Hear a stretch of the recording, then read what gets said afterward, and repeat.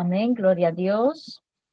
Bendiciones y bienvenidos a nuestro ministerio Señales antes del fin. Primeramente le damos toda la gloria y honra a nuestro Padre Celestial por habernos permitido una vez más estar acá reunidos en familias para aprender más de su santa palabra. Quien les habla, la hermana Silvia Díaz desde Toronto, Canadá.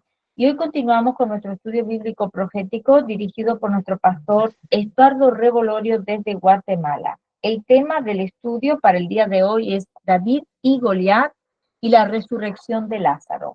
Antes de pasarle con nuestro pastor Estuardo, quiero mencionarle que tenemos canal de Telegram y de YouTube a nombre de Señales Antes del Fin, también una página de Facebook a nombre del pastor Luis Alberto García, donde también estamos colocando nuestro link de Google Meet para que puedan participar en nuestros estudios bíblicos en vivo y donde también estamos poniendo mucha información actual. Le pedimos por favor que se suscriban y compartan los estudios bíblicos de sana doctrina para que también puedan ser de mucha bendición para otras vidas. También nuestro pastor Estuardo tiene una página en Facebook a nombre de Estuardo Revolorio, también un hermoso grupo en Facebook llamado Ministerio Mirad a Sion, Señales Antes del Fin, y un canal de YouTube a nombre de Estuardo Revolorio. De la misma manera, le pedimos que se suscriban a sus páginas y lo apoyemos también en su ministerio. Amén. Ahora sí le damos la más cordial bienvenida a nuestro pastor Estuardo para que pueda comenzar con este maravilloso estudio de la palabra de Dios. Bienvenido, pastor Estuardo.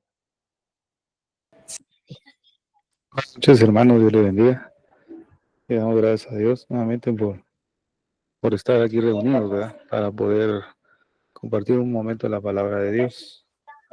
Vamos a pedirle al Señor que nos ayude en esta hora para poder compartir algunos pensamientos, ¿verdad? De estas historias que han venido a emocionar mi vida, ¿verdad? Porque sí, me emocionaron bastante, me conmovieron de ver cómo el Señor en los más mínimos detalles transmite lo que es el plan de salvación para su iglesia y para el pueblo de Israel.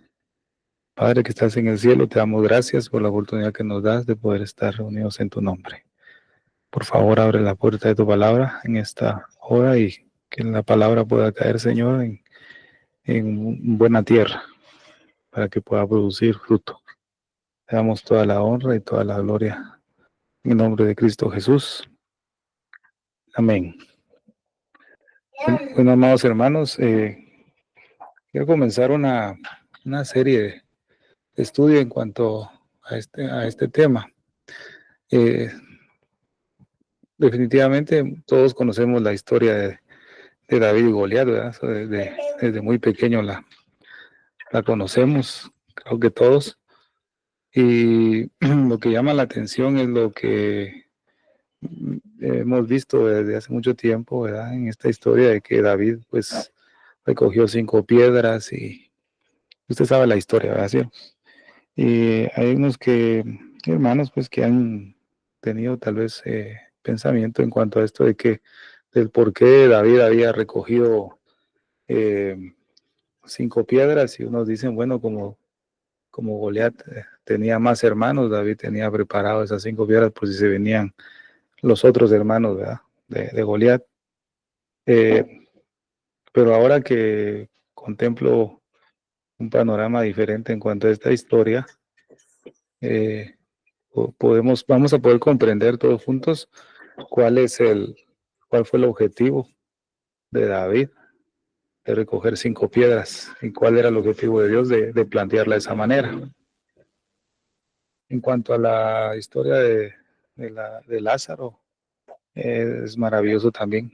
Creo que la historia de la resurrección de Lázaro es lo que vamos a terminar de ver porque no es muy largo. Ahora, en cuanto a la historia de David y Goliat, vamos a ver un poquito en esta noche.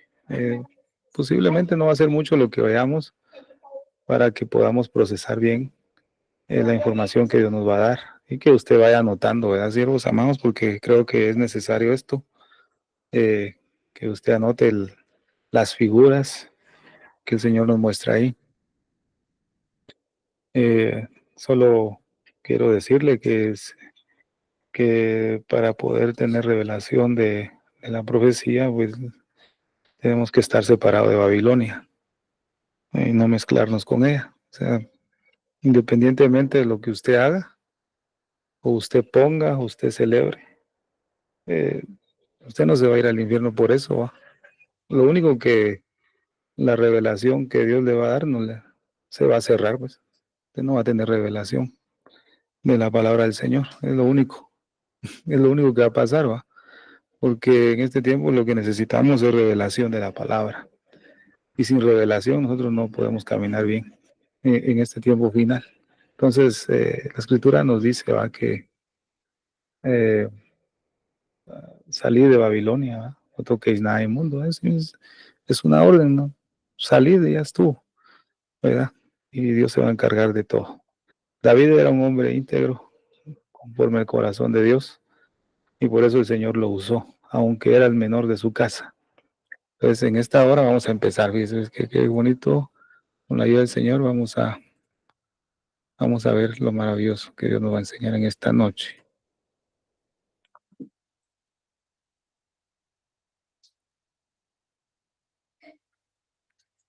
Gloria a Dios. Bueno, entonces, el pasaje principal es en 1 Samuel, capítulo 17, del versículo 40 al 50. Vamos a empezar a leer. Dice, y tomó su cayado en su mano. Mire qué tremendo esto.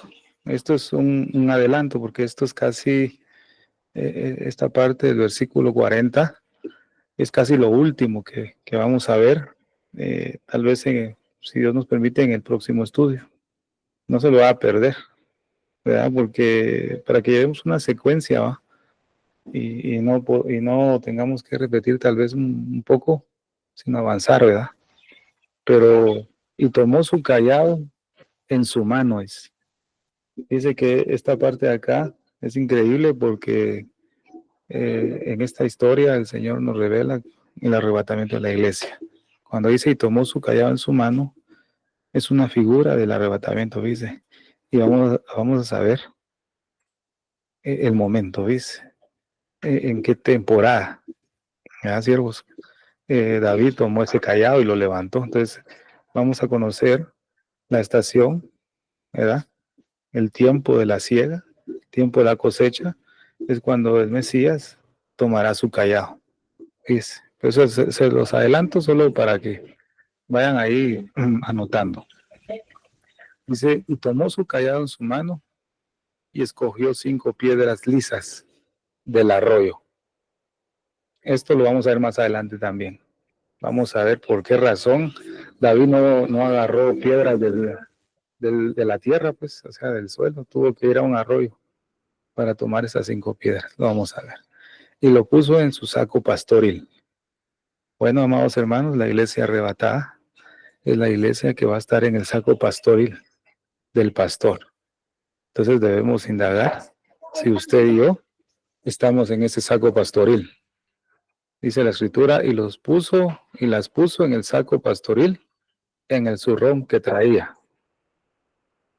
Y tomó su honda en su mano y se fue hacia el filisteo. Y el filisteo venía andando y acercándose a David y su escudero delante de él.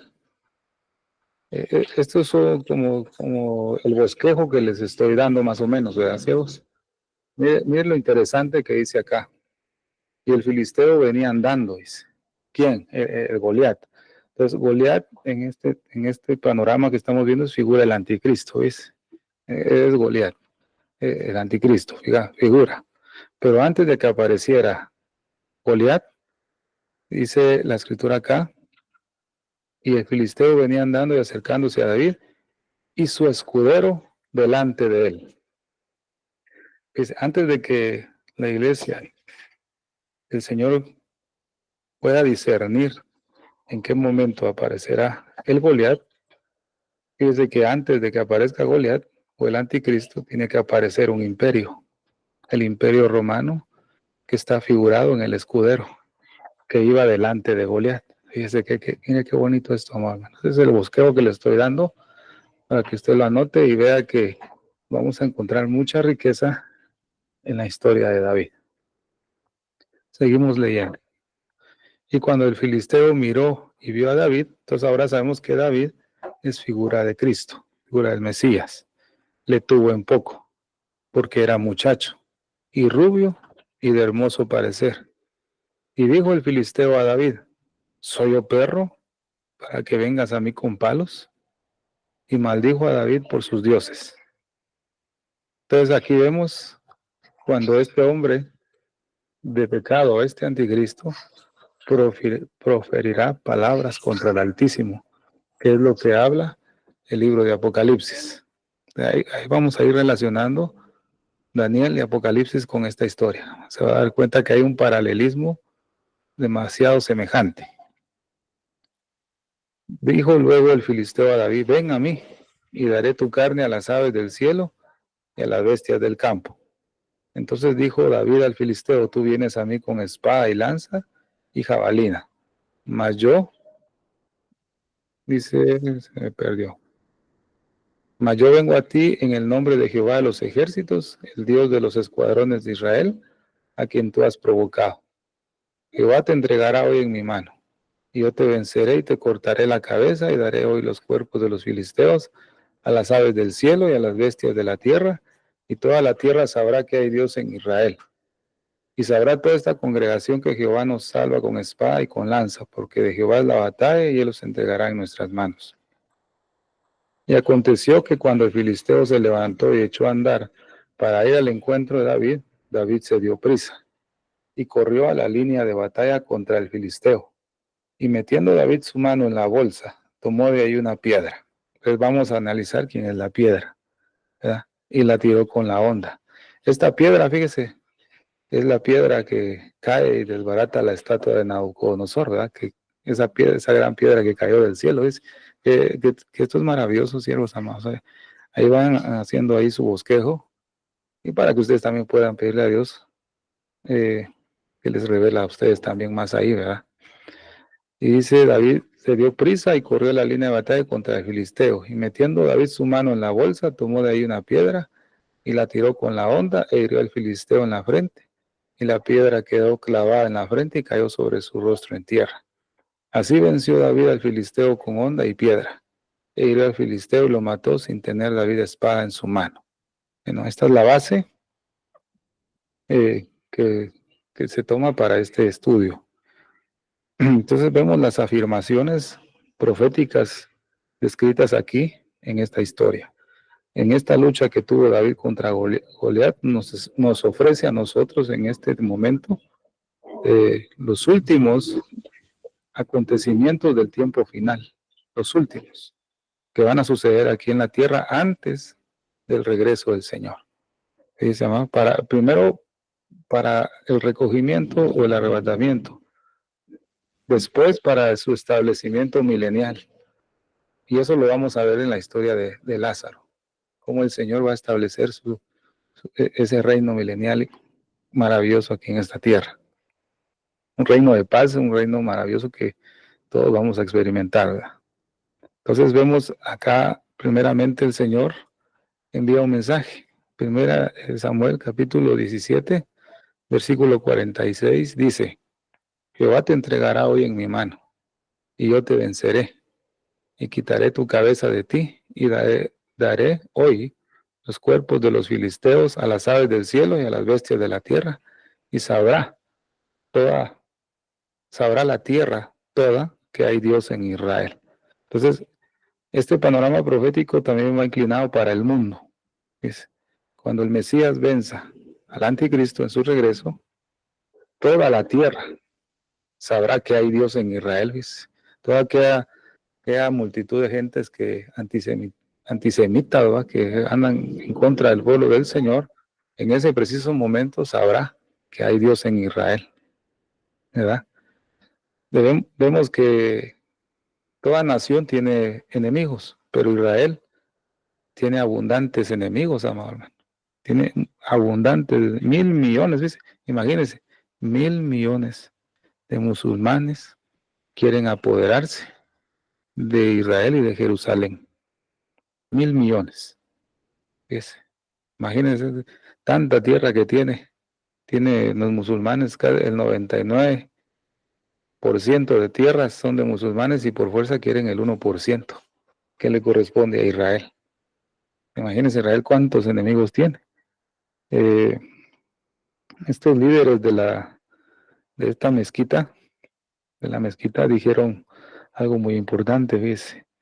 Jerusalén significa religión y política, dijeron ellos, fíjese. Si no se nos devuelven los derechos que tenemos en Jerusalén, todo el proceso de paz se desmoronará como un castillo de cartas. No importa cuántos convenios de paz hayan negociado los israelíes y los árabes. A ellos no les importa eso, es lo que quieren en la tierra, ¿ves? Cuando digan paz y seguridad, ellos no quieren paz por fuerza, y a la fuerza quieren Israel y la capital, que es Jerusalén. Entonces las profecías que giran alrededor de Jerusalén en este tiempo final es algo que se está cumpliendo, porque el Señor dijo que Jerusalén iba a ser como copa de vértigo, como piedra pesada. Entonces hemos estado viendo más en este tiempo, amados hermanos, cómo esto se va cumpliendo y va a llegar a su punto máximo. En ese momento o en ese punto máximo es cuando el Señor va a intervenir a favor de Jerusalén y de Israel de una forma milagrosa, ¿verdad? De una forma divina. ¿Para qué? Para que todo el mundo reconozca que hay Dios en Israel. Es como leímos ahí en el versículo, ¿verdad? Cuando ya todo esté a su punto más alto de conflicto, entonces dice la Escritura, Jehová te entregará hoy en mi mano, y yo te venceré y te cortaré la cabeza. ¿Para qué? Para que toda la tierra sepa que hay Dios en Israel. Mire qué maravilloso. Esta profecía va dirigida primeramente en la historia de David en cuanto para el mundo que no quiere nada con Dios y detesta al pueblo del Señor, tanto judíos como cristianos, ¿verdad? Gentiles, digamos, ya no somos gentiles, pero digamos judíos y gentiles. Todo aquel que sigue a Cristo es detestable por esta gente. Entonces, para Israel también es esta profecía. Lo podemos ver en 1 Samuel, capítulo 16. Vamos a 1 Samuel, capítulo 16, versículo 14 al 23. Creo que esto una vez lo comenté de una forma rápida, pero lo voy a volver a decir de una forma más despacio, para que usted vaya viendo los detalles importantes de esta profecía. Entonces dice la escritura del versículo 14 al 23. El espíritu de Jehová se apartó de Saúl, y le atormentaba un espíritu malo de parte de Jehová. Y los criados de Saúl le dijeron, he aquí ahora un espíritu malo de parte de Dios te atormenta. Diga pues, nuestro Señor, a tus siervos que están delante de ti, que busquen a alguno que sepa tocar el arpa, para que cuando esté sobre ti el espíritu malo de parte de Dios, él toque con su mano y tengas alivio. Y Saúl respondió a sus criados, buscadme pues ahora alguno que toque bien y traédmelo. Entonces uno de los criados respondió diciendo, aquí yo he visto a un hijo de Isaí de Belén, que sabe tocar y es valiente y vigoroso, y hombre de guerra, prudente en sus palabras y hermoso, y Jehová está con él. Pero mire qué maravilloso, David no había ido a la guerra, ¿va? Él nunca había combatido con los filisteos, pero dice acá, yo he visto a un hijo de Isaí de Belén, que sabe tocar y es valiente y vigoroso y hombre de guerra. Pero ¿qué clase de guerra había tenido David? Lo vamos a ver. Prudente en sus palabras y hermoso, y Jehová está con él. Una descripción de Jesucristo, de nuestro Mesías, de Jesús. ¿Ves? Y Jehová está con él. Y Saúl envió mensajeros a Isaí diciendo, envíame a David tu hijo, el que está con las ovejas. Y tomó Isaí un asno cargado de pan y una vasija de vino y un cabrito y lo envió a Saúl por medio de David su hijo. Entonces veamos algunas figuras acá. Ahora ya sabemos. Saúl, vaya anotando ahí, es figura de Israel, Isaí es figura del Padre y David es figura del Hijo. Entonces, usted vaya armando ahí el rompecabezas con estas figuras maravillosas. Entonces, mire, pues, con una sola piedra, usted sabe que este joven David mató al gigante Goliat. ¿Por qué Goliat se burlaba del pueblo de Israel? De todo el ejército. Y el ejército de Israel estaba asustado y temblaba de miedo, ¿verdad? Temblaba de miedo. Entonces, vemos al rey Saúl. Él pregunta más adelante, ¿ves? Hay un pasaje más adelante, vamos a ver, donde dice, o sea, en este pasaje del versículo 14 al 23, vemos que Saúl manda a buscar a un hombre que sepa tocar y le envían a David. O sea que David ya había estado, digamos, en la, ¿cómo se le puede decir? En la tienda de Saúl. Ya el ejército de Saúl y Saúl ya conocían a David porque tocaba el arpa. Pero más adelante vemos que cuando se tenían que enfrentar a Goliat, el rey Saúl le dice a Abner y le pregunta a Abner de quién es este joven. O sea, cuando David se enfrentó a Goliat, ¿va? Y lo destrozó todo, Saúl le dice a Abner, ¿quién es este joven? ¿Verdad? O sea, Saúl, aparentemente podemos decir acá, él no conocía a David, a pesar de que David ya le había tocado el arpa anteriormente a Saúl. Pero Saúl dijo, ¿y quién es este joven? Saúl no lo conocía. David ya había frecuentado constantemente la casa de Saúl, bastantes veces ahuyentando al espíritu inmundo con su música. ¿Ya? Incluso había sido, ¿cómo se le llama? Eh, el que le daba sus armas, no sé cómo se le llama eso, ¿verdad? Pero Saúl lo tenía tan cerca. Pero Saúl ni Abner, ni el resto del pueblo que estaba ahí, habían conocido verdaderamente a David. No habían comprendido quién era realmente David, ¿ves? No lo conocían. Entonces, esto que nos representa una imagen profética muy maravillosa, ¿verdad? Una imagen de nuestro Mesías, nuestro Señor Jesucristo, el Rey de Israel, por casi 2000, ¿verdad? Digamos así, casi 2000 años. Hace aproximadamente unos más de 2000 años, podemos decir atrás, ¿va? Nuestro Señor Jesucristo estuvo en la casa de Israel.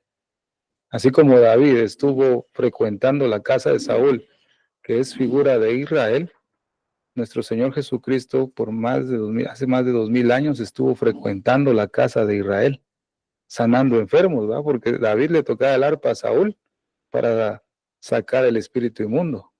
Jesús vino a la casa de Israel y anduvo sanando enfermos, echando fuera demonios, haciendo milagros, pero la casa de Israel no lo reconoció porque estaban ciegos. Fíjese, amor, hermano, estaban ciegos y eso lo vamos a comparar con la resurrección de Lázaro, ¿ves? En la casa de Israel estaba ciego, no habían conocido al Mesías. Fíjese, amado hermano. En ese momento el pueblo de Israel se preguntaba, ¿y quién es este? ¿Quién es este Jesús? ¿Va? No lo conocemos. Vamos a saber quién es. Igual que Saúl, ¿va? ¿Y quién es este joven? Imagínense, tan endemoniado estaba que Saúl no se acordaba, pienso yo, fíjese, siervo de Dios, tan endemoniado y oprimido estaba que no se acordaba de que David le tocaba el arpa. Mire qué tremendo. Pero va a llegar un momento en que el pueblo de Israel va a conocer a nuestro Señor Jesucristo. Y eso va a suceder en el regreso, ¿verdad? De nuestro Señor. Cuando venga con gran poder, con gran gloria para vencer a Goliat. Ahí el pueblo de Israel va a conocer quién era David. Fíjese, amado hermano. Entonces la confrontación entre David y Goliat es un panorama profético que no está tan lejano, fíjese, siervos, está ya más cerca de lo que esperamos, ¿va? Es una confrontación de este tiempo final.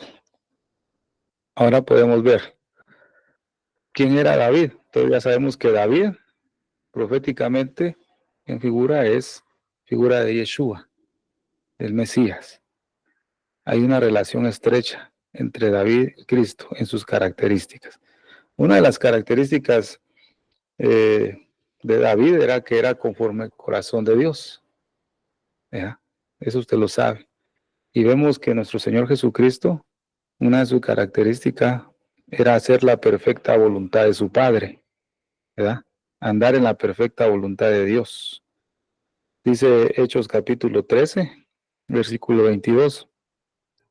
He hallado a David, hijo de Isaí, hombre conforme a mi corazón, quien hará toda mi voluntad. Dice. ¿Y quién hizo toda la voluntad del Padre aquí en la tierra? Solamente lo ha hecho Cristo. Por eso Jesús dijo en Juan capítulo 4, versículo 34, mi comida es que yo haga la voluntad del que me envió y que acabe su obra. Él fue obediente hasta la muerte y muerte de cruz. Fue obediente, pero a la voluntad del Padre. ¿Verdad? Hasta que él dijo esas palabras que usted las sabe muy bien, consumado es. Qué tremendo. O sea, una comparación semejante, ¿verdad? Del rey David con Jesucristo. El lugar de nacimiento de David ya sabemos que fue en Belén. Usted lo puede ver en 16:1 de Primera de Samuel, ¿va? Dijo Samuel, ¿hasta cuándo llorar habiéndolo yo desechado para que no reine sobre Israel? 16:1, ¿verdad? Llena tu cuerno de aceite y ven, te enviaré a Isaí de Belén, porque de sus hijos me he provisto de rey. Entonces sabemos que David era de Belén, así como nuestro Mesías nació en Belén. Usted puede ver ahí la profecía en Miqueas capítulo 5 y Mateo capítulo 2, ambos en el versículo 1. Usted puede ver que nació en el mismo lugar que David. Ahora, la voluntad de ambos fueron humildes. La sumisión de David y esa actitud humilde que tenía David es una semejanza de esa humildad que tuvo nuestro Mesías. Aprended de mí, que soy manso y humilde de corazón. Veamos 1 Samuel capítulo 16, versículo 11. Entonces dijo Samuel a Isaí, ¿son estos todos tus hijos? Y él respondió, queda aún el menor. Dice, mire, este versículo 11 es una fruta maravillosa que usted se va a comer y la va a saborear muy bien.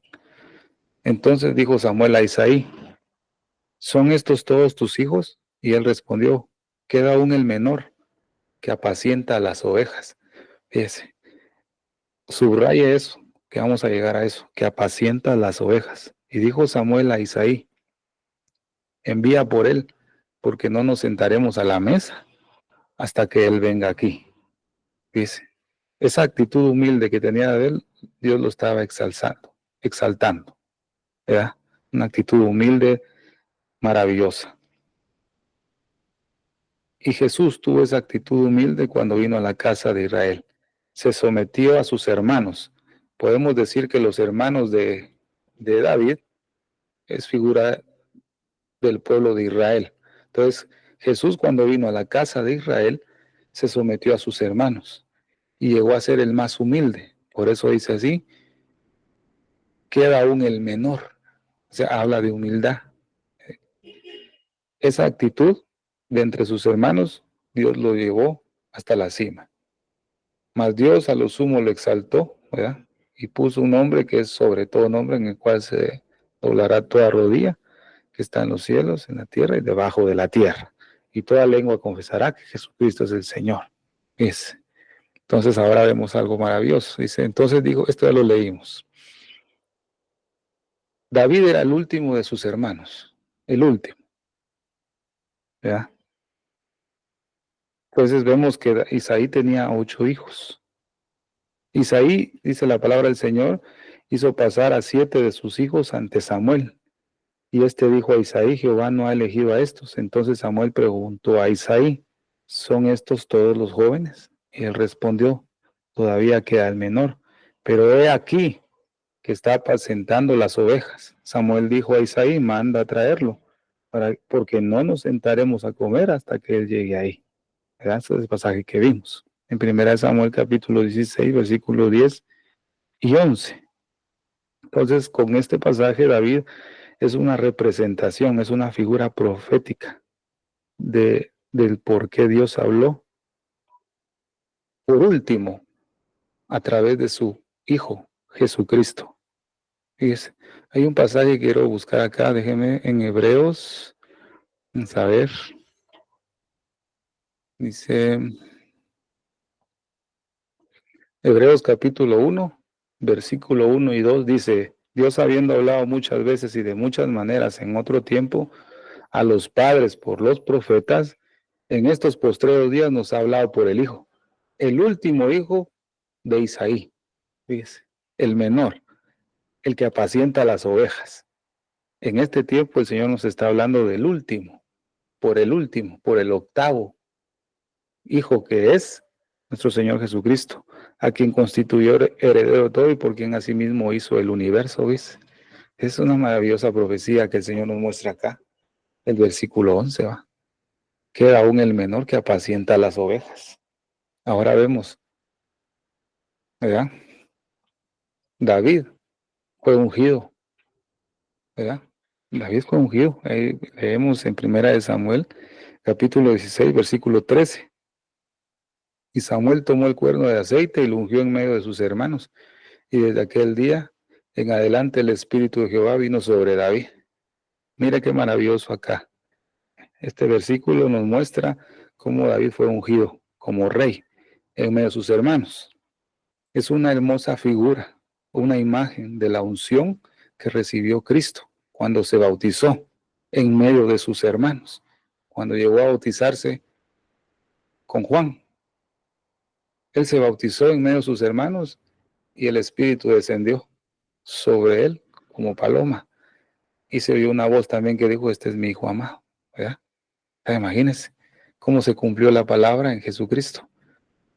El versículo 13 nos habla del bautismo de nuestro Señor Jesucristo y la unción que recibió.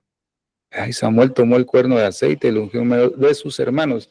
Los hermanos de David, vuelvo a repetir, es el pueblo de Israel. Y desde aquel día en adelante el Espíritu de Jehová vino sobre David. Bueno, después del bautismo dice que el Señor fue llevado por el Espíritu al desierto. Allá empezó a ser guiado por el Espíritu de Dios. Amén. También vemos en David la hermosura que describe, ¿verdad? Que se describe. En el versículo 12 se envió pues por él y le hizo entrar y era rubio, hermoso de ojos y de buen parecer.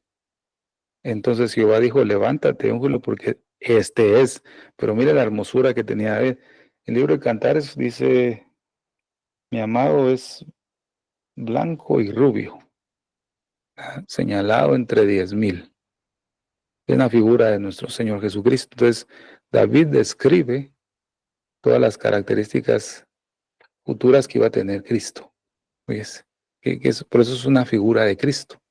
Es la hermosura de David.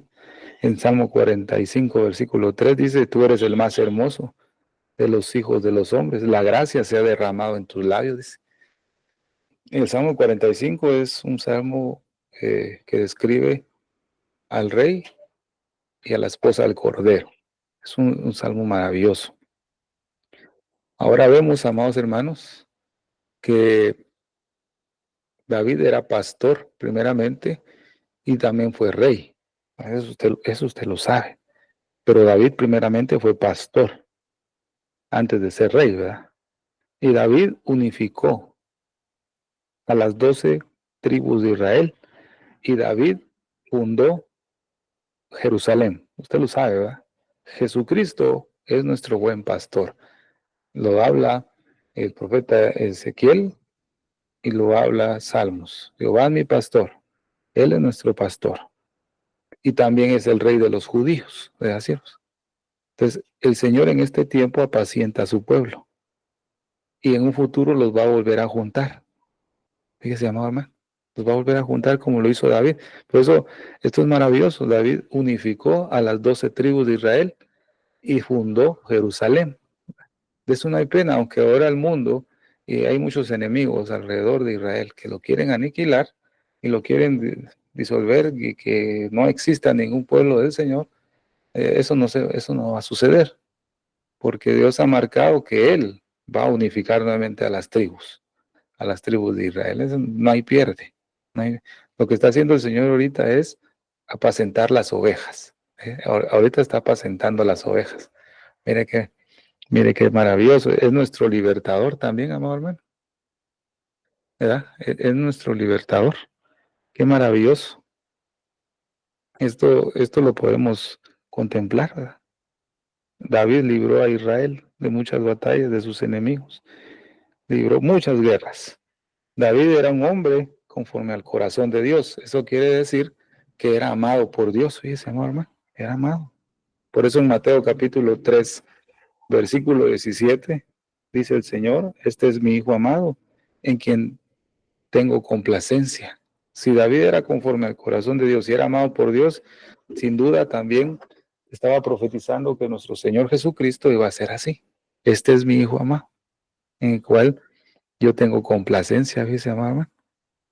Qué tremendo. Entonces retomemos el versículo 10 y 11. Isaí hizo pasar a 7 de sus hijos ante Samuel, y este dijo a Isaí, Jehová ha elegido a estos. Entonces Samuel preguntó a Isaí, ¿son todos estos los jóvenes? Y él respondió, todavía queda el menor, pero aquí que está apacentando las ovejas. Samuel le dijo a Isaí, manda a traerlo porque no nos sentaremos a comer hasta que él llegue ahí. Vemos un poquito después que los filisteos comenzaron a invadir a Israel.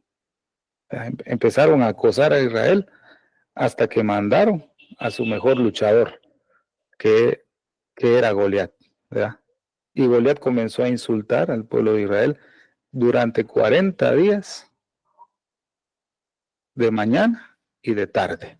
El número 40 nos habla de prueba. Fíjese, amado, de prueba. 40 años en el desierto, habla de prueba. Entonces, imagínense cuánto tiempo. Pero dice que Isaí, figura del Padre, mandó a David con 10 panes al campamento donde estaba el ejército de Saúl y donde estaban sus 3 hermanos. ¿Qué nos habla esto, amado hermano? ¿Qué nos habla esto? De que Isaí mandó a David con 10 panes al campamento del ejército y a sus hermanos. Esto nos habla de una figura maravillosa de la primera venida de nuestro Señor Jesucristo, como pan de vida a esta tierra. Vamos a leer en 1 Samuel capítulo 17, versículo 28 y 30. Mire, ves. Y oyéndole hablar Eliab, el hermano más grande, ¿va? De David. Oyéndole hablar Eliab, su hermano, mayor con aquellos hombres, se encendió en ira contra David y dijo, ¿para qué has descendido acá? ¿Y a quién has dejado aquellas pocas ovejas en el desierto? Fíjese que esas pocas ovejas en el desierto somos usted y yo, fíjese, siervos, ¿no? Estamos en desiertos, pero estamos siendo apacentados por el hijo de Isaí, nuestro Mesías, dice siervo más. ¿Por qué has descendido acá y has dejado aquellas pocas ovejas en el desierto? No se haga ilusiones, ¿va, siervos amados, de que andamos ahorita en verdes pastos, ¿verdad? Ciertamente Dios nos va a llevar en un momento dado a verdes pastos, pero la mayor parte del tiempo el Señor pastorea en el desierto, ¿verdad? Entonces, leemos acá nuevamente. Yo conozco tu soberbia y la malicia de tu corazón, que para ver la batalla has venido. Entonces David respondió, ¿qué he hecho yo ahora? ¿No es esto mero hablar? Y apartándose de él hacia otros, preguntó de igual manera y le dio el pueblo la misma respuesta de antes. ¿Verdad? ¿Cuál respuesta? Yo conozco tu soberbia, tu malicia de tu corazón, que para ver la batalla has venido. ¿Qué nos ofrecen estos versículos del versículo 28 al versículo 30? Nos ofrecen una figura maravillosa de lo que nuestro Señor Jesucristo experimentó cuando vino al pueblo de Israel, ¿verdad? Por ejemplo, Eliab dice, le oyó hablar a los hombres. Entonces Eliab se encendió en ira contra David y le preguntó, ¿para qué has descendido acá y con quién has dejado aquellas pocas ovejas en el desierto? O sea, cuando Jesús vino acá, la ira del hermano mayor de que es Eliab se encendió contra David. Esto quiere decir que cuando Cristo vino a Israel a buscar las ovejas perdidas de la casa de Israel, a restaurar a Israel, a echar fuera demonios, sanar enfermos, los líderes religiosos, fariseos, escribas, los líderes religiosos, los ancianos de Israel se pusieron en contra de Jesús. Estos Eliab representan a todos esos líderes religiosos que se pusieron en contra de Cristo cuando vino a la tierra de Israel. Fíjese, hermano. Aunque David había sido mandado por Isaí a darle pan al ejército y a sus 3 hermanos, eso quiere decir que aunque el Padre haya mandado a Jesús como pan de vida a la casa de Israel, fíjese, hermano, lo único que tuvo Jesús fue, ¿qué podemos decir? Indiferencias, malas actitudes, desprecio. ¿Para qué has descendido acá? Prácticamente ese desprecio que hizo de la casa de Israel a nuestro Mesías es esta pregunta: ¿para qué has descendido acá? Yo conozco tu arrogancia y la malicia de tus corazones. Aunque David solo había llevado la orden de su padre, ¿verdad? Y lo único que quería David era la liberación de Israel, es lo mismo que Jesús hizo. Jesús vino a hacer la voluntad del Padre y lo único que quería era la liberación de su pueblo, ¿verdad? Pero el pueblo respondía, ¿para qué has descendido acá? Entonces Jesús, como David, se hace la pregunta, ¿qué he hecho yo ahora? ¿Mm? ¿Qué he hecho yo? ¿Por qué me hallan culpable, pues? ¿Por qué dicen que hay pecado en mí? ¿Ah? Y la intención de Jesús no era venir a humillar a su pueblo, sino a dar liberación. Pero el pueblo de Israel no lo entendió, pues, hermano. Entonces, vemos algo maravilloso, ¿ya? David permaneció por un montón de tiempo siendo desconocido en Israel. Aunque David había servido en la casa de Saúl, aunque David había tocado el arpa para librar a Saúl de un espíritu malo, el rey Saúl le preguntó a sus jefes, a sus comandantes, a Abner, ¿de quién es este joven? ¿De dónde viene? Entonces, vemos proféticamente cómo Jesús vino a servir a la casa de Israel, pero fue desconocido por su pueblo, amados hermanos. Fue desconocido totalmente, ¿verdad? Vamos a avanzar. Gloria a Dios. Vamos a leer versículo 38 y 39. Y Saúl vistió a David con sus ropas y puso sobre su cabeza un casco de bronce y le armó de coraza. Y ciñó David su espada sobre sus vestidos y probó a andar, porque nunca había hecho la prueba. Y dijo David a Saúl, yo no puedo andar con esto, porque nunca lo practiqué. Y David decía aquellas cosas. Ahora, subraye esto, amado hermano. Yo no puedo andar con esto porque nunca lo practiqué. Y David echó de aquí esas cosas. Pues, ¿qué representa la armadura?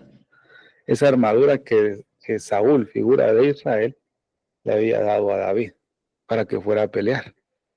Fíjese, amado hermano, ¿qué representa? Las obras de la ley.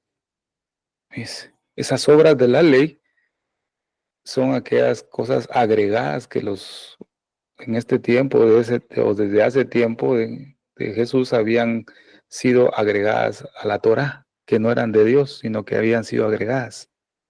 Esas eran las obras de la ley.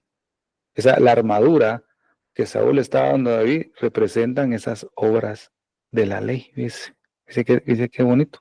Por eso David dijo, no, yo nunca he practicado esto. ¿Cómo dice ahí? Dice, yo no puedo andar con esto porque nunca lo practiqué. Amado hermano, por las obras de la ley, entendamos que son cosas agregadas. No lo que no lo que Dios le dio a Moisés, la ley, ¿verdad? En el monte Sinaí, esa es palabra de Dios. Es lo que nos rige a nosotros también. Toda la escritura se rige por eso. Yo hablo de las cosas que fueron agregadas por los hombres, que no hay inspiración divina ahí. Entonces, David no pudo caminar con ellas. Usted y yo, aunque queramos hacer esas obras de la ley impuestas por estos, ¿verdad? Podemos decir estos hombres, usted y yo no podemos dar una buena batalla así, porque esas no las podemos practicar, ¿no? No las podemos. Entonces, fíjese, es una representación de que nosotros no podemos hacer nada por esas obras de la ley, o sea, por nuestro propio esfuerzo, porque esas obras de la ley lo que va a hacer es dejarlo a usted y a mí paralizado, así como a David. David se puso toda la armadura y no podía andar. Él no podía andar, ¿verdad? Yo no puedo andar, nos va a dejar quietos, mamá.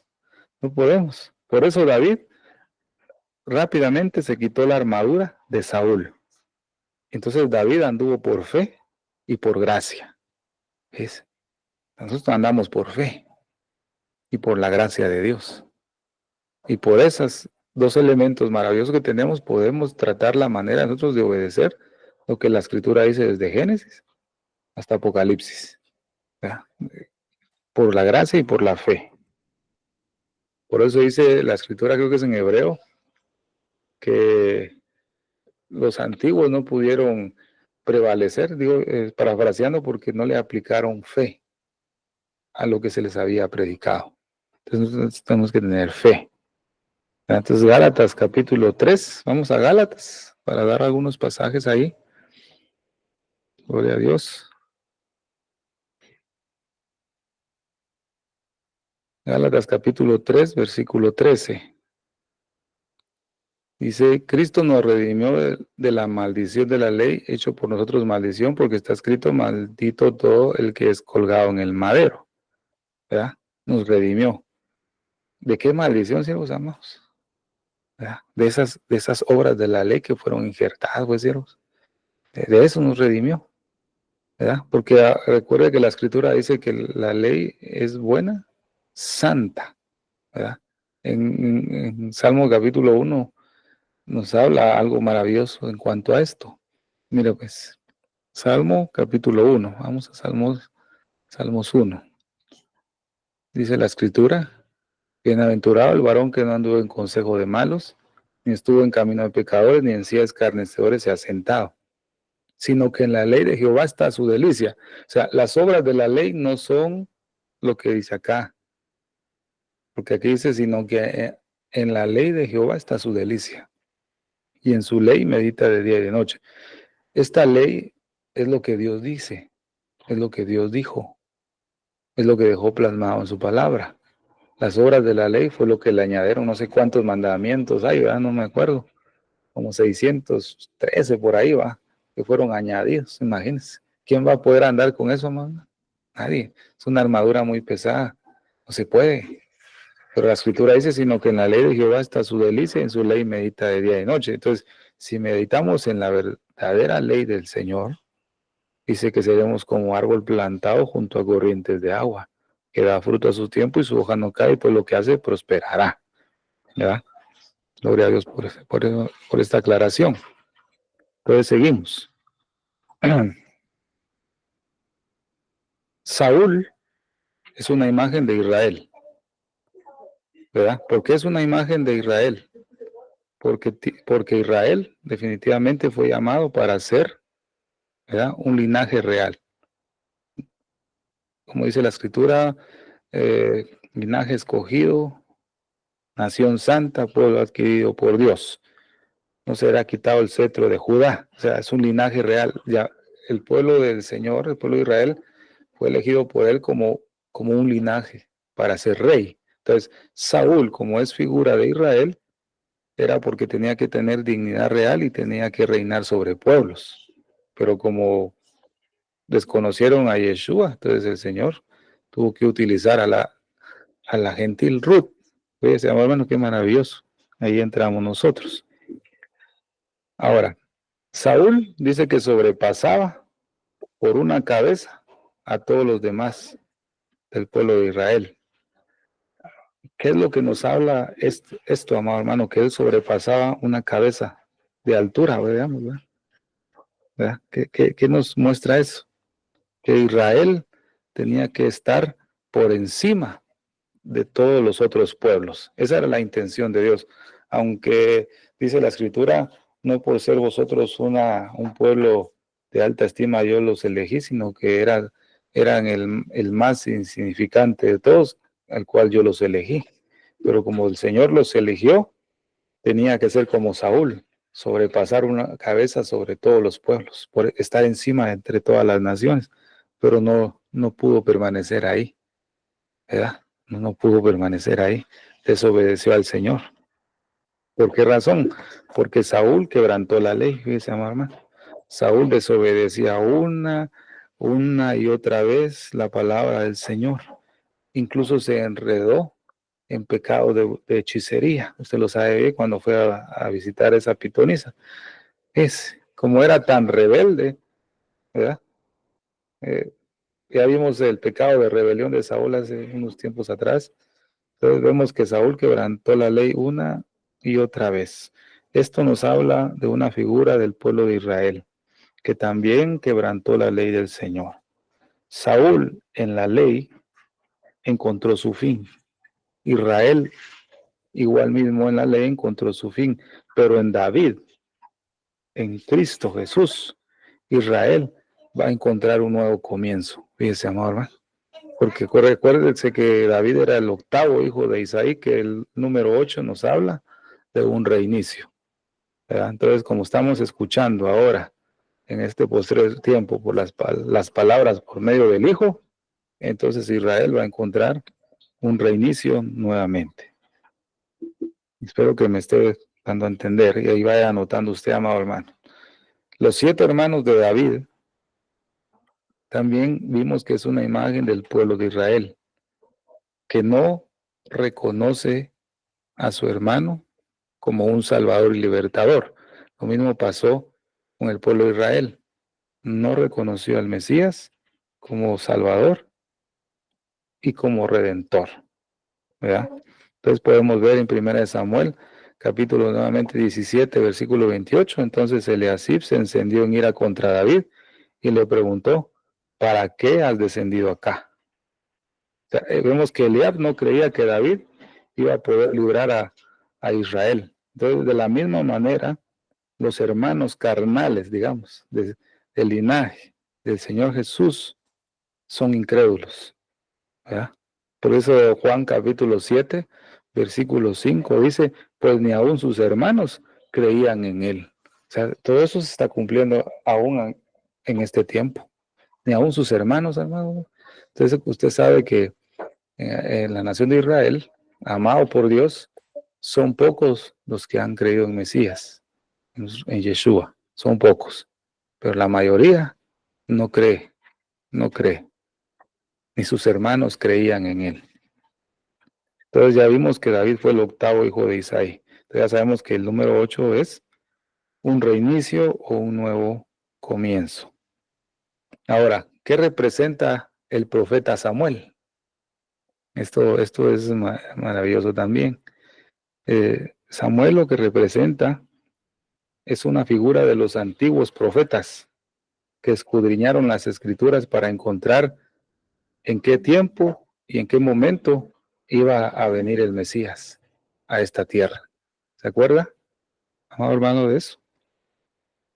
¿Verdad? Ellos indagaban en las escrituras para ver en qué momento iba a proceder y en qué momento iban a nacer los profetas. Eso representa Samuel.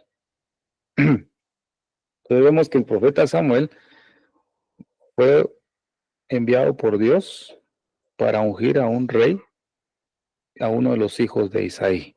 Entonces podemos ir nuevamente a 1 de Samuel, capítulo 16. Estamos siguiendo para arriba y para abajo, ¿verdad? Porque es la manera en que podemos comprender y poder armar el panorama que Dios nos quiere enseñar en este tiempo. El versículo 1 al versículo 4. Vamos a leer. Versículo 2. Y dijo Samuel, ¿cómo iré? Si Saúl lo supiera, me mataría. Jehová respondió, toma contigo una becerra de la vaca y di a ofrecer sacrificio a Jehová he venido. Y llama a Isaí al sacrificio y yo te enseñaré lo que has de hacer. Y me ungirás al que yo te dijere. Hizo pues Samuel como le dijo Jehová, y luego que él llegó a Belén, los ancianos de la ciudad salieron a recibirle con miedo y dijeron, es pacífica tu venida. Entonces, vemos, amado hermano, que Samuel primero cuando vio al hermano mayor de David, que era Eliab, Saúl se impresionó. Imagínense un profeta de Dios, de qué talla como la de Samuel. En ese momento vemos la humanidad de Samuel, falló. Cuando él vio a Eliab, dijo, este es, dijo Samuel. Pero cuando Dios le había dicho, al que yo te dijere que es, a ese vas a elegir. En ese momento Samuel no fue dirigido por Dios, sino que por sus sentimientos o emociones, no sé cómo se le puede decir. Cuando vio a Eliab, ¿verdad? Me imagino que Eliab era alto, así, fortachón, porque era del ejército, ¿va? Y de buen parecer también. Pero no, Dios no lo eligió a él. Entonces Samuel preguntó, ¿son todos estos tus jóvenes? Todavía queda el menor, que está apacentando las ovejas. Samuel dijo a Isaí, manda a traerlo, porque no nos sentaremos a comer hasta que él llegue aquí. Entonces, vemos en ese momento que la búsqueda del profeta Samuel por el elegido por Dios estaba concluyendo, porque cuando vio entrar a David, es algo maravilloso. Cuando Samuel vio a David, la palabra del Señor dice, entonces Jehová dijo, levántate y úngelo, porque porque este es. Samuel tomó pues el cuerno de aceite y lo ungió en medio de sus hermanos, y desde aquel día en adelante el Espíritu de Jehová descendió con poder sobre David. Fíjese, amado hermano. Mira el proceso de cómo Samuel tuvo que ser guiado para encontrar al nuevo rey de Israel de entre los hijos de Isaí. Y cómo fue. Esto nos representa, fíjese, esta búsqueda que Samuel tuvo, de estar viendo a Eliab, de estar viendo al otro hermano de David. Es eso lo que Primera de Pedro capítulo 1, versículo 10 al 11 nos dice. Acerca de esta salvación han inquirido e investigado diligentemente los profetas que profetizaron de la gracia que fue destinada por vosotros. Ellos escudriñaban para ver qué persona y qué tiempo indicaba el Espíritu de Cristo que estaba en ellos, quien predijo las aflicciones de que había de venir Cristo y la gloria después de ella. Entonces, ese momento que Samuel estaba contemplando a Eliab y a los otros hermanos, es lo que dice esta palabra. Ellos escudriñaban para ver qué persona y qué tiempo indicaba el Espíritu de Cristo, hasta que llegó David. Entonces Jehová le dijo, levántate y úngelo porque es este. Fíjese, amado hermano. Pero vemos en el tiempo que nació Cristo, ¿verdad? En esta tierra, cuando Él nació, aproximadamente Jesús ya tenía 2 años prácticamente, digamos, un aproximado de 2 años, cuando llegaron los magos, ¿verdad? De Oriente a buscar al rey de los judíos que había nacido. O sea, los magos no encontraron a un bebé, como lo pinta la Iglesia Católica Romana, ¿verdad? Que el nacimiento de Cristo y los magos llegaron y encontraron envuelto a un bebé en pañales. Eso es mentira. Eso lo programó la Iglesia Romana al pueblo cristiano. Cuando los magos llegaron a buscar a Jesús, Jesús ya tenía 2 años. Él no estaba envuelto en pañales, ni en un pesebre. No. Satanás ha venido a tergiversar las escrituras y mucho pueblo del Señor se ha tragado esa basura y lo ha adoctrinado como algo bueno delante de Dios. Imagínense poner un niño y que ver. Es, el- los mejores maestros que se sabían la Torá de memoria, los escribas y fariseos, Ellos ni habían distinguido que el Mesías ya había nacido, ¿ves? Y ellos sabían sabían las escrituras de memoria. El Señor se lo reveló a pastores humildes y les dijo, y esto te servirá por señal. Encontrarás al niño en un pesebre envuelto en pañales. Fíjese, amado hermano, esa fue la señal que se lo dio a pastores, que en ese tiempo esos pastores eran podemos decir, despreciados, ¿verdad? Por las altas autoridades. Era lo peor que podía hacer una persona, pero Dios se lo reveló a ellos primero. Y no crea que los pastores, cuando se les reveló a través del ángel, ¿verdad? Que el Mesías había nacido en la ciudad de David, ¿verdad? En Belén, ¿verdad? Estos fueron a estar buscando casa por casa, a ver en dónde iba a estar el Mesías, como estas mentadas posadas, ¿verdad, cielo? Que dicen que andan tocando en cada casa para ver en dónde estaba, eh, a dónde había nacido Jesús, ¿no? Estos pastores, Dios les dio una dirección y ellos sabían en dónde iban a encontrar a Jesús. Ellos no iban a la deriva, ellos no iban tocando cada casa para buscar, no, ellos ya sabían en dónde estaba Jesús, de acuerdo a la instrucción que el ángel les había dado, dice mamá. Mire qué tremendo esto, la confusión que Babilonia, el sistema babilónico, ha injertado a la iglesia de Cristo en esta temporada, haciéndole creer cosas que en la escritura no están. Por eso, por eso vemos eso en Samuel. Samuel pensó que Eliab era el elegido, pero porque como era hombre también como nosotros, él fallaba, ¿verdad, siervos? Él fallaba también, él pensó que era Eliab y Dios le dijo que no. Después el otro dijo que no, ¿no? Cuando entró David, Dios le dijo sí. Entonces dice la escritura, ellos escudriñaban para ver en qué persona y en qué tiempo indicaba el Espíritu de Cristo que estaba en ellos, quien predijo las aflicciones de que habían de venir a Cristo. Estaban indagando, eso representa a Samuel. Ahora mire qué maravilloso. Y en este punto vamos a llegar con David porque hay mucho que hablar de David. Vamos a hablar algo emocionante también. Entonces, David primero vence al león. Entonces usted dirá, cuando estaban buscando a alguien que tocara, que supiera tocar bien, ¿verdad? Y uno dijo, yo conozco a un varón valeroso, hombre de guerra. Le dijo, ¿ah? Y David no había peleado en guerras todavía. Él era pastor. ¿Se acuerda de eso? Que lo anotara muy bien. Entonces vamos a ver las guerras que tuvo David. Entonces sabemos que David es figura de Cristo, ¿ah, siervos amados? Entonces, una de las primeras guerras que tuvo David fue con un león. Fue un león. Pero David tuvo esa guerra pastoreando las ovejas. ¿Verdad, siervos? Entonces David primero venció al león. La segunda guerra que tuvo fue con un oso. David tuvo guerra con un oso. Y la tercera guerra es con Goliat. O sea, las tres guerras de David. Fíjese, amado hermano. Entonces, aquí, en estas guerras que tuvo David, la palabra del Señor nos revela una triple victoria de nuestro Señor Jesucristo, la cual está representada en estas tres batallas que tuvo David. En 1 Samuel, capítulo 17, versículo 34 y 36. Mire qué maravilloso esto. David respondió a Saúl, tu siervo era pastor de las ovejas de su padre. ¿Ves? Mire la humildad de nuestro Mesías. ¿Ah? Y cuando venía un león o un oso y tomaba algún cordero de la maná, salía Dios tras él y lo hería y lo libraba de su boca. Y si se levantaba contra mí, yo le echaba mano de la quijada y lo hería y lo mataba. Miren las guerras que tuvo David. Miren las guerras que ha tenido nuestro Mesías.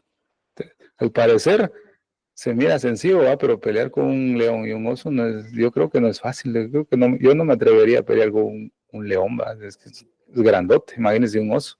Pero David sí. ¿Pero qué representa esto? Dice, hermano. ¿Qué representa esto? La victoria de David sobre el león. Es figura de la victoria. Se lo voy a decir despacio. La victoria de David sobre el león es figura de la victoria de Jesús sobre Satanás. ¿Quién es el león rugiente? representado en un león también es el diablo, ¿verdad, siervos? Como un león, como un león rugiente, viene a ver a quién va a devorar. Pero la victoria que tuvo Jesús sobre Satanás es lo que nos habla la victoria que tuvo David con el león. En 1 Pedro capítulo 5, versículo 8 dice, es un pasaje muy conocido: sed sobrios y velad, porque vuestro adversario el diablo, como león rugiente, anda alrededor buscando a quien devorar. Entonces nuestro Señor Jesucristo venció en la cruz del Gólgota a ese león rugiente. Pues desde ese momento, desde ese sacrificio, el Señor nos libró a nosotros y libró a muchas de sus ovejas de las garras del león. Entonces, esta figura me gustó que usted está contemplando ahí en la presentación. Vemos cómo el león está muerto y todas las ovejas están ahí tranquilas comiendo pastos, porque David es nuestro pastor, ¿verdad? David era su pastor. Entonces, lo mismo es nuestro Señor Jesucristo. Es nuestro pastor. Él vino a morir en la cruz. Mató al león porque el león venía a comernos como ovejas. Fíjese, amor, pero el Señor lo mató. Entonces estamos libres como ovejas comiendo pastos. Fíjese, amor, hermano. Mire qué tremendo esto. Por eso en Gálatas nos habla, dice que se dio a sí mismo por nuestros pecados, de modo que nos libró de la presente época malvada, conforme a la voluntad de nuestro Dios y Padre. Asimismo David, en ese entonces, apacentó a las ovejas por orden de su padre y venció al león. Asimismo nuestro Mesías está apacentando a las ovejas por orden de su padre y tuvo que venir a matar a ese león. Fíjese, amor, hermano. Es una de las victorias de nuestro Mesías comparado con David. Por orden de su padre, David apacentaba a las ovejas, siendo el menor de ellas, pero se tuvo que matar al león, porque el león nos venía a matar. Fíjese, siervos, damas, qué tremendo. Damos gloria a Dios por eso, por eso. Qué maravilloso, amor. El Señor triunfó sobre todo poder de las tinieblas. Nosotros, usted y yo, ya no nos encontramos dentro de las fauces, dicen, ¿verdad? O dentro de la boca del león. Ya no nos encontramos dentro de la boca del diablo, ¿no? Porque Dios tiene poder para arrebatar ahí a cualquier oveja, a cualquiera. Satanás puede venirnos a querer morir, pero el Señor tiene la capacidad de poder librarnos de las fauces del león, porque Él ya lo derrotó. Consumado es, ¿verdad, siervos? Bueno, David vence al oso. Y esto a mí me emociona, porque me encanta saber cómo Dios nos explica la palabra, siervos, a todos nosotros. ¿Ah? Es una delicia, yo disfruto de siervo. Yo creo que después de la prueba y la aflicción, el Señor como que abre nuestro entendimiento a cada uno de nosotros y nos da un poquito más, ¿viste, siervo? Lo cual, qué maravilloso. ¿Ah? Entonces, la victoria de David sobre el oso. Mire qué tremendo esto. Es una figura de la victoria que Jesús va a tener sobre Gog, de la tierra de Magog. Y eso es lo que estamos viendo ahorita. Mire qué tremendo. Vuelvo a repetir, aquí nuestro pastor lo puede corroborar. La victoria de David con el oso es figura de nuestro Mesías, que va a tener la victoria sobre Gog en la tierra de Magog. Mire qué tremendo. Estamos viendo las noticias actuales, cómo se va encaminando al cumplimiento de Ezequiel capítulo 38 y capítulo 39, hermano, ¿verdad? Cómo ese oso, ¿verdad? Ese oso del norte vendrá a luchar contra Israel. Eso es inevitable. Por más que el pueblo ore diciendo, Señor, que Gog no vaya a pelear con Israel, Señor, guarda a Israel, no. La Biblia dice que sí o sí, ese oso va a tener que ir a la tierra de Israel. Pero no nos preocupemos. No nos tenemos que preocupar. Porque recordemos que ahí está el que pastorea las ovejas de Isaí. Ahí está David. Ahí se llaman tranquilos. Ajá. Ese oso va con toda la furia de Israel, pero ahí está el que apacienta, el que ya mató al león. Ahí está. Fíjese, amor hermano. El oso lo que representa, siempre representa una una gran potencia, podemos decir una superpotencia, ¿verdad? Podemos ver en Daniel capítulo 7, versículo 5, que el reino de Medo Persa fue simbolizado como un oso. En Daniel capítulo 7, versículo 5. Dice, ¿no? En Proverbios capítulo 28, versículo 15, dice la palabra del Señor: león rugiente y oso que embiste es el gobernante impío sobre el pueblo empobrecido. Es como dice, como león rugiente y oso. Son los dos que David se tronó, como dice aquí en Guatemala, se los echó, los mató a los dos. Y siendo pastor. Imagínense, amado hermano, qué tremendo. Entonces, la Biblia nos muestra a través de Proverbios que estos gobiernos impíos, como un león rugiente y como un oso que embiste, están representados en Satanás. Y detrás de esos gobiernos ateos, ¿verdad? Esos que no creen en el Señor, están representados como osos. Dice, amado hermano. Por eso estamos viendo que se están levantando muchas guerras en este tiempo.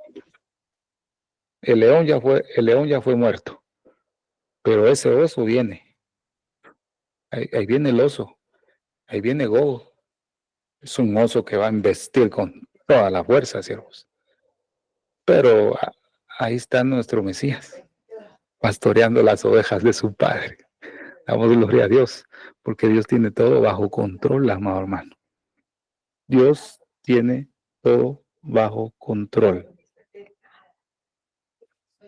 Rusia es siempre representado como un oso y el mundo lo entiende muy bien, ¿verdad? Amado hermano, usted lo sabe muy bien. Pero podemos ver algo profético acá. Ese oso ya fue muerto. Ya la escritura nos muestra que el pastor ya lo mató. Yo maté el león, yo maté el oso. Vemos que ese oso viene, Gog de la tierra de Magog. Todavía tiene que marchar contra Israel y invadir ese país. Cumplimiento de Ezequiel 38 y 39, pero ya sabemos cuál es el fin de Gog. Sabemos que ese va a estar muerto, pero tiene que ir todavía. Pero ya sabemos el final, ¿verdad, ciegos? Eso es lo maravilloso. Dios nos anticipa lo que va a suceder. Va a estar aniquilado. En cuanto a la historia de David, lo voy a dejar hasta ahí, en la historia de David, porque en el estudio que viene vamos a tocar cómo es este oso, qué característica va a tener este oso y cuál va a ser su fuerza. Fíjese, siervo, es lo poco que he podido comprender con lo que nuestro pastor nos ha enseñado.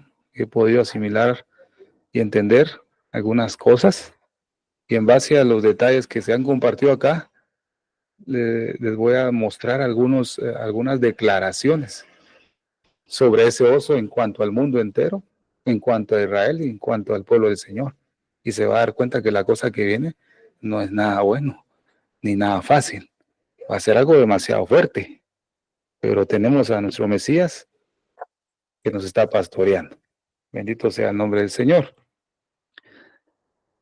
Denme 15 minutos para explicar la resurrección de Lázaro, porque quiero terminar lo de Lázaro hoy, para quedarme con David y Goliat en el otro estudio. Entonces vemos que la resurrección de Lázaro tiene una semejanza con Israel, con la redención de Israel.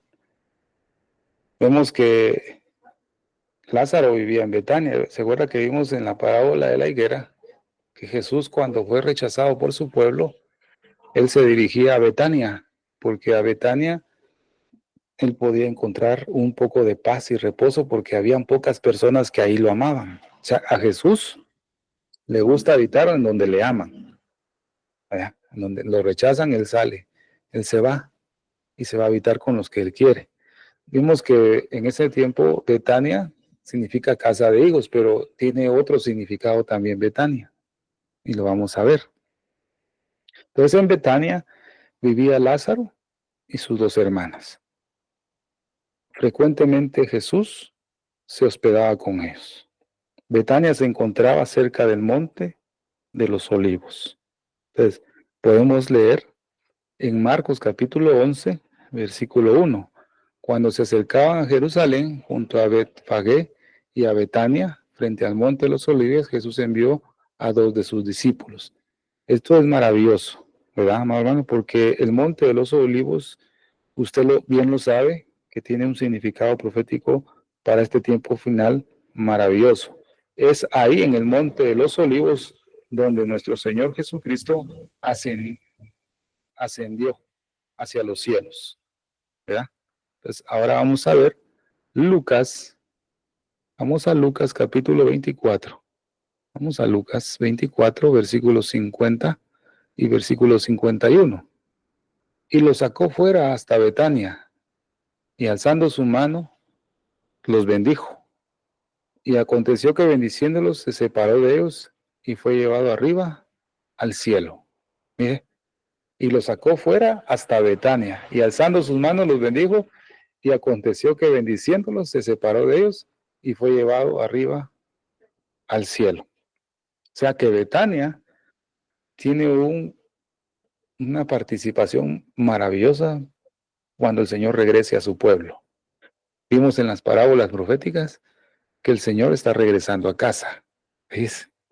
A casa. Está regresando a Betania. Fíjense, hermano, qué maravilloso cómo el Señor une todas las piezas de su palabra para darnos a entender el acontecimiento que vendrá. ¿Verdad? El arrebatamiento de la iglesia y alzando el cayado en sus manos. Ah, qué maravilloso. Qué tremendo. Entonces, el Señor va a regresar con poder y con gloria. Por eso Zacarías capítulo 14, versículo 4 dice, se afirmarán sus pies en aquel día sobre el monte de los olivos. Ah, ahí va a regresar. Pues, ahora ya entendemos un poco más porque a Jesús le gustaba ir a Betania. ¿Será que Jesús soñaba ese momento que él se iba a volver al cielo? Ahí, imagino que sí. Pienso yo, eso es una pensada mía, ¿va?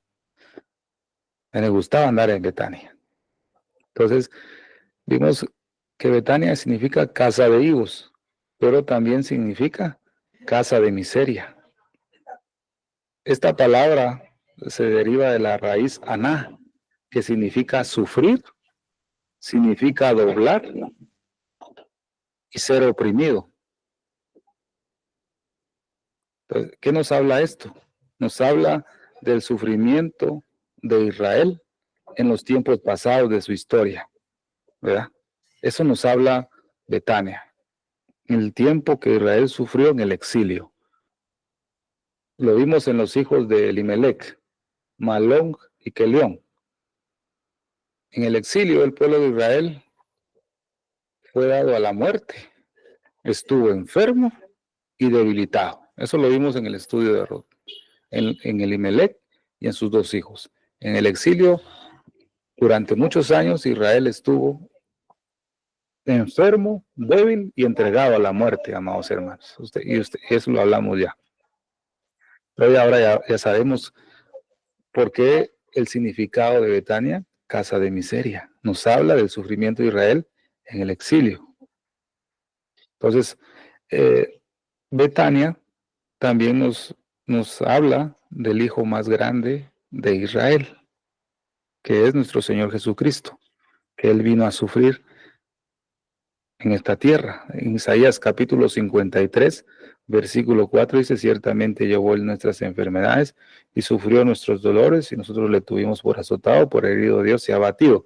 Eso nos habla de Betania, del hijo mayor de Israel, que fue Jesucristo, el cual vino a sufrir.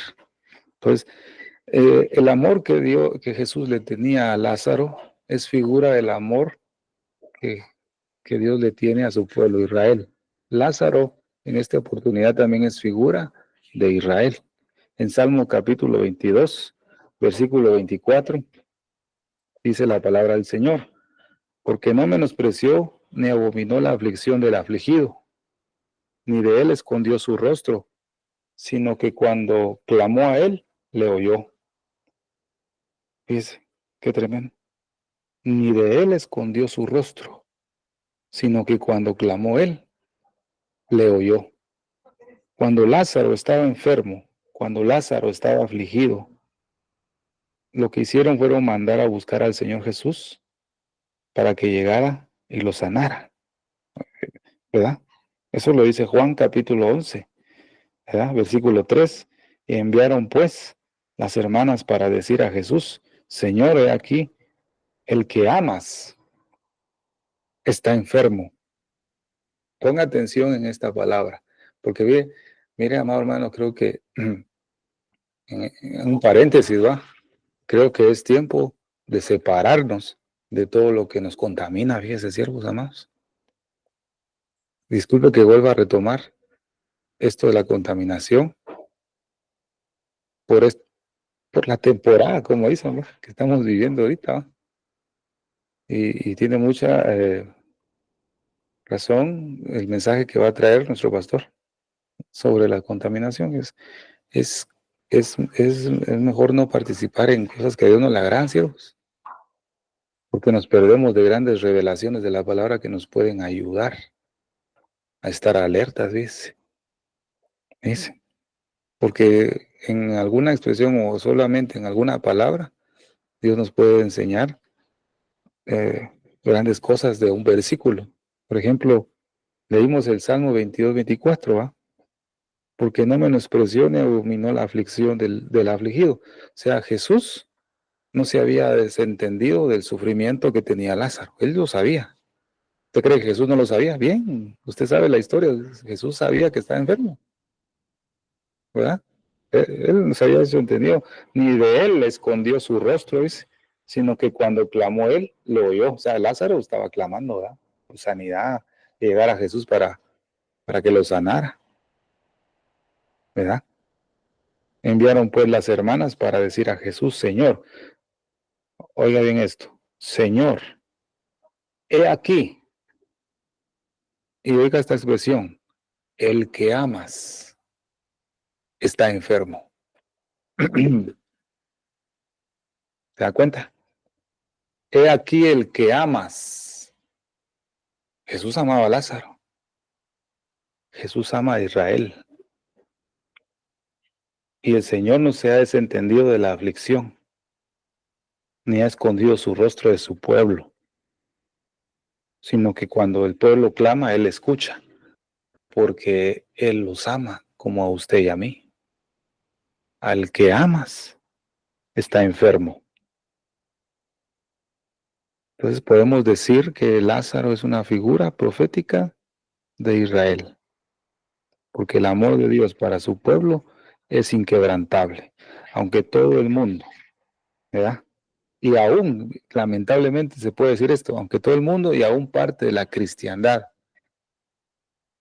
está en contra de Israel, el amor de Dios por su pueblo se mantiene firme, como lo describe en su palabra, porque Jehová ha amado siempre a Israel, dice que terrible eso. Primera de Reyes capítulo 10, versículo 9, porque Jehová ha amado siempre a Israel. Es por eso que usted y yo debemos orar por Israel y amarlo, dice. ¿Se da cuenta qué privilegio Dios nos da si nosotros amamos al pueblo del Señor?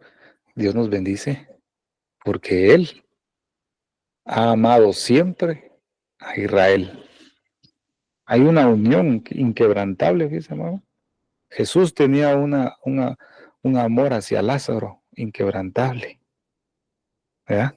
Lázaro no era una persona desconocida para Jesús, era una persona conocida, lo conocía. Y se da cuenta que con otras personas Jesús lo sanaba en el momento, pero con Lázaro no fue así. Le mandaron mensajeros para que lo llegara a sanar. El Señor, aquí que el que amas está enfermo. Ahí se llamaba, hermano. Entonces, esto también nos enseña algo muy importante, amado hermano. Nosotros tenemos que orar por Israel, así como lo hicieron sus hermanas. Enviaron por ayuda a rogarle al Señor, el Señor, aquí el que amas está enfermo. Entonces nosotros ahora ya sabemos, Señor, bendice a Israel porque al que amas está enfermo. Ven y sánale. Ven y sánale. ¿Se da cuenta? Dios no se ha desentendido de eso. Cómo Dios nos enseña a través de su palabra, ¿verdad, Ciro? Y nos aclara cada día más. Cada día más nos aclara de la palabra, pero deje de contaminarse en cosas que Dios no dice. ¿Verdad? Ya. Ah, no, yo solo voy a poner esto.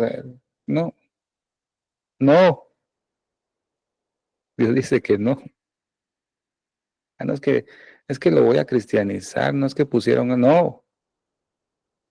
Dios aborrece las mezclas, una mezcla nefasta en Oseas. Lo vimos, una mezcla nefasta y por esa mezcla nefasta les pude haber escribido en su corazón las grandezas de mi ley, pero para ellos les fue cosa extraña, dice.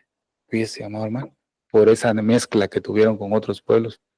Usted y yo no podemos mezclarnos con el mundo. Porque el Señor te puede dar toda la palabra que quiere en tu corazón, pero para tu corazón, para el mío, va a ser cosa extraña, no lo voy a entender. Les pude escribir en su corazón las grandezas, imagínense, grandezas de mi ley, pero para ellos les fue cosa extraña. Por una mezclita que tuvieron ahí. Estaban tomando agua pura, muchos hijos de Dios, agua pura purificada. Pero en este mes comenzaron a tomar agua con parásitos. Se enfermaron y no hay revelación de la palabra. No vale la pena. No. Ay, no es que no es pecado y punto y final. Deshonra al Señor. No se va a molestar. Y si se molesta, pues endúlcese con la palabra. Como dijo Jonathan, ¿va? El hijo del rey Saúl, ¿va? Y cuando comió miel, dice que sus ojos fueron aclarados. No vayamos a ser como el oso. Esto es no, un oso normal, ¿va? Que dice que le pusieron eh, un bote de miel caliente, dice. Y el oso le gustaba la miel, pero como esa miel estaba súper caliente, el oso llegaba y agarraba un poquito de miel en su hocico y se quemaba y salía corriendo con dolor. Pero volvía a regresar, se volvía a quemar, se iba corriendo con dolor y así se mantenía. Como le gustaba la miel, aunque se quemaba, iba, venía. Hay muchos creyentes ahorita, en este momento, que saben que esa miel no es de Dios y los va a quemar, pero como son tan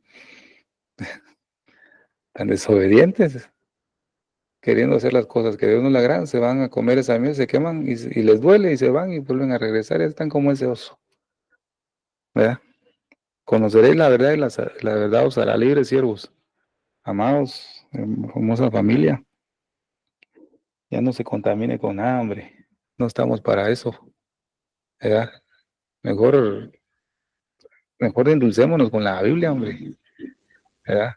Miren, los tiempos más duros, sí podemos decaer, siervos amados, podemos decaer, nuestras fuerzas decaen y vamos a fluctuar. Pero llega un momento que Dios nos hace recordar la palabra a veces. Y este mensaje ni abominó la aflicción del afligido, ¿verdad? No menospreció ni él escondió su rostro. Y eso se lo puedo asegurar en esta noche, ¿verdad? Y dice, amado hermano, usted sabe la aflicción que pasó con mi hijo y en un momento se me enfermó, ¿verdad? Usted sabe que estos días se me enfermó muy fuerte y hace unos días atrás nos vino la cuenta de lo que tenía que pagarse. Y eso le conté a hermana Silvia. Para los que están, va. Lo que tenía que pagar en la cuenta eran 10,400 quetzales. 10,400 quetzales. ¿De dónde iba a sacar yo? Mi familia, ¿dónde iba a sacar ese dinero? Estaba tan oprimido, cargado y enojado. Y en ese mismo día, creo que fue ¿qué día es hoy? El 24. Mi esposa me llamó una mañana.